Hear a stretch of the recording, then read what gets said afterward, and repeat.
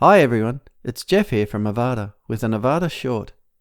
In this video, I will take a look at how to use sticky columns in Avada. Don't forget to subscribe to our YouTube channel and click the bell icon to be notified of all new content. Okay, let's begin. A cool feature in the column element is the ability to make a column sticky.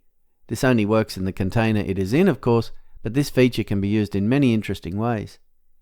In another video, how to use sidebars in Avada, I show you how you can use sticky columns in conjunction with a layout to make sidebars on posts and pages. So check that out, it's linked below.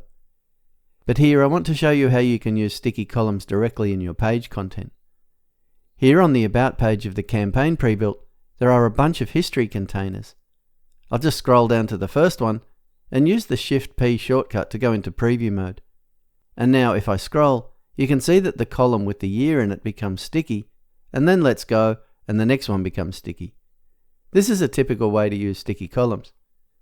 If I just come out of preview and edit one of these columns and head to the Extras tab, we can see that position sticky has been set to yes, small screens have been disabled for the responsive sticky position, and there is a 140 pixel sticky column offset.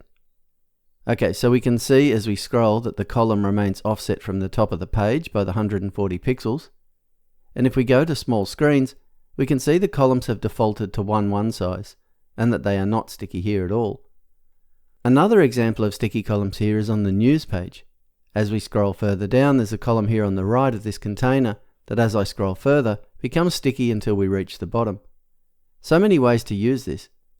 A couple of things to remember with sticky columns is that 1. Sticky column content must be shorter than the other column content, otherwise the column won't get a chance to be sticky. Also, the parent container must not be set to stretch, as if the columns are always the same size, again the column can't go sticky. Further examples of sticky columns can be found in Avada Studio content. If you like the timeline approach, there are 2 examples of this under the templates section. There's also a container using it with an animation, and a couple of content layout sections as well. Check them out. Okay, that's it for this video. Make sure you subscribe to our YouTube channel to keep up with all the latest videos. And if you have any questions or need assistance, please create a support ticket and our team will gladly assist you. As always, we want to thank you for choosing Avada.